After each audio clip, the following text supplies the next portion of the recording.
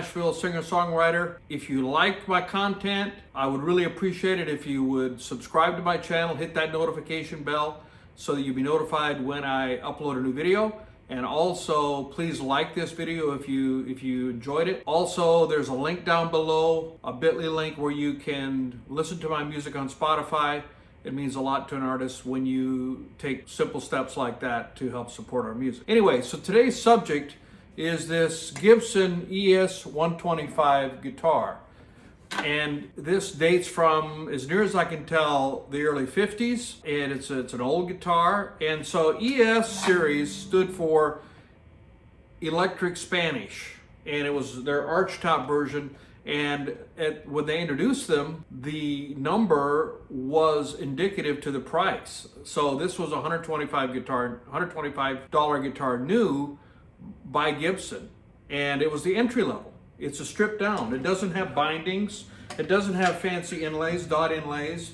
It doesn't have any bindings around the headstock. It's really simple, laid back, only one pickup. Minimal controls, just a volume control and a treble control. You can see that here, volume control and a treble control. And no binding on the neck. Very simple design. Still had a binding here on the body. Pretty thick, actually. It's full thickness archtop, but this guitar is amazing. I bought this guitar from a former bandmate who was a keyboard player in a Christian band I was in. He lived in New Jersey, I lived in Delaware at the time, and this guitar had been his dad's and had been in his attic for years and years, and I talked him into selling it to me, and I never really realized what I had.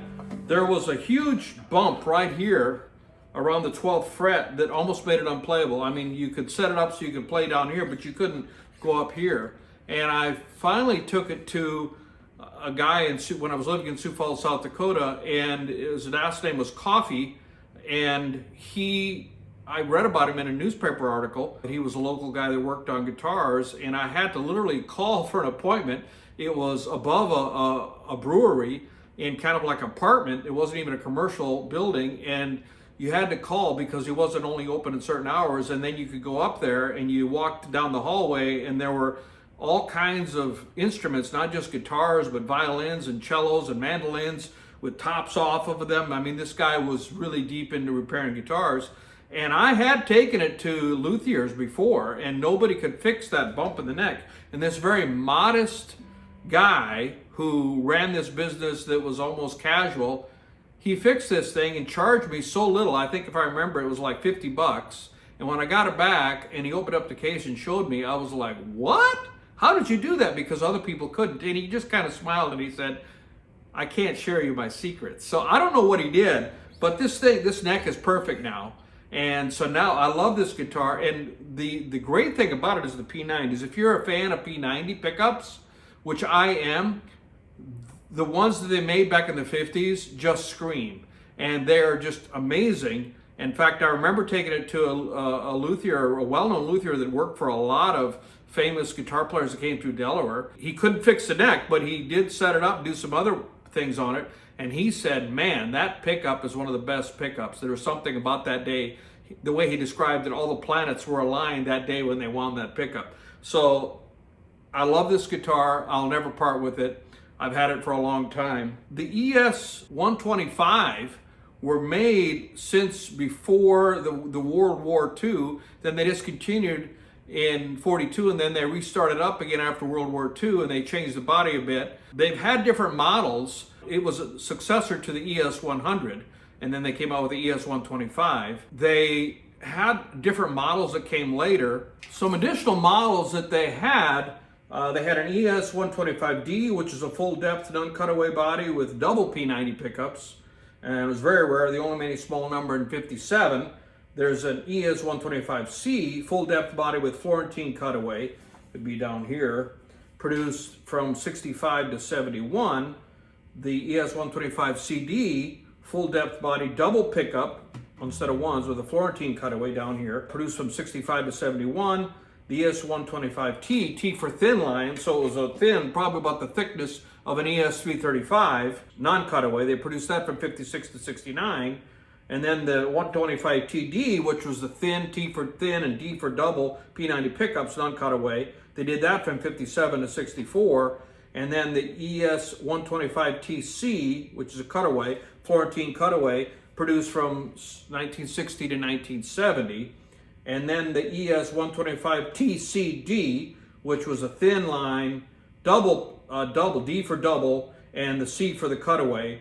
And they produced that from 1960 to 1970. But the standard one, the ES125, which they produced from 1946 to 1970, I'm pretty sure this guitar is an early 50s model. Now, when you look through the F-hole, you can see ES125 stamped in it, and there's supposed to be a serial number stamped down below that you can see through this F-hole. And there is some very slight stamping there, but it's not legible. I can't make it out. I don't know what year it is, but I know it's after 52, because after 52, they made the back of the body rounded, contoured back, and they also made the P90s so that they could be adjustable. They were like screws that you could adjust the poles. Before that, I'm talking about the individual poles for each string.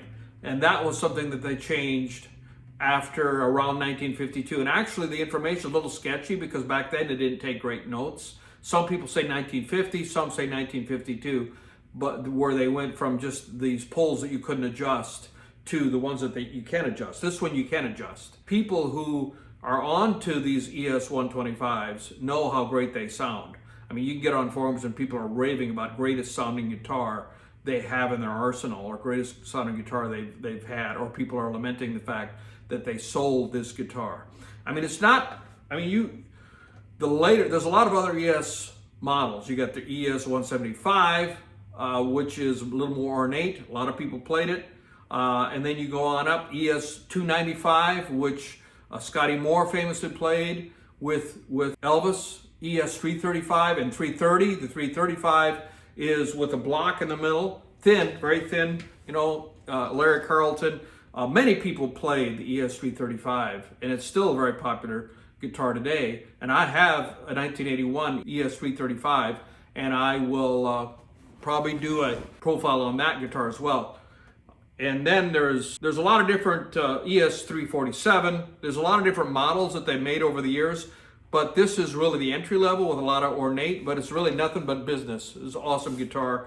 And if you ever find one that dates a vintage one, I would assume even up to the latest that they made in 1970 would still be a pretty good guitar. But if you can find a 50s ES125, I would encourage you to pick it up. I think they're going now for over $1,000, $1,200 roughly, and that's still a steal, in my opinion, for the value of this guitar.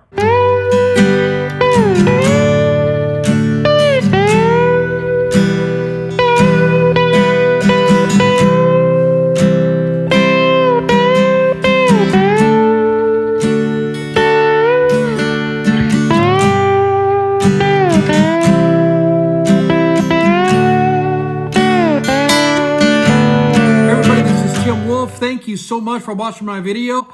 Please go to the link down below in the description. There's a bit.ly link. Listen to my music at Spotify. I appreciate it very much. It means a lot to an artist if you follow them. If you would be kind enough to like the video if you enjoyed it and share it with your friends. Finally, be sure to subscribe. And then also there are other videos on this screen that you can watch. And I'll see you next time. Thank you so much.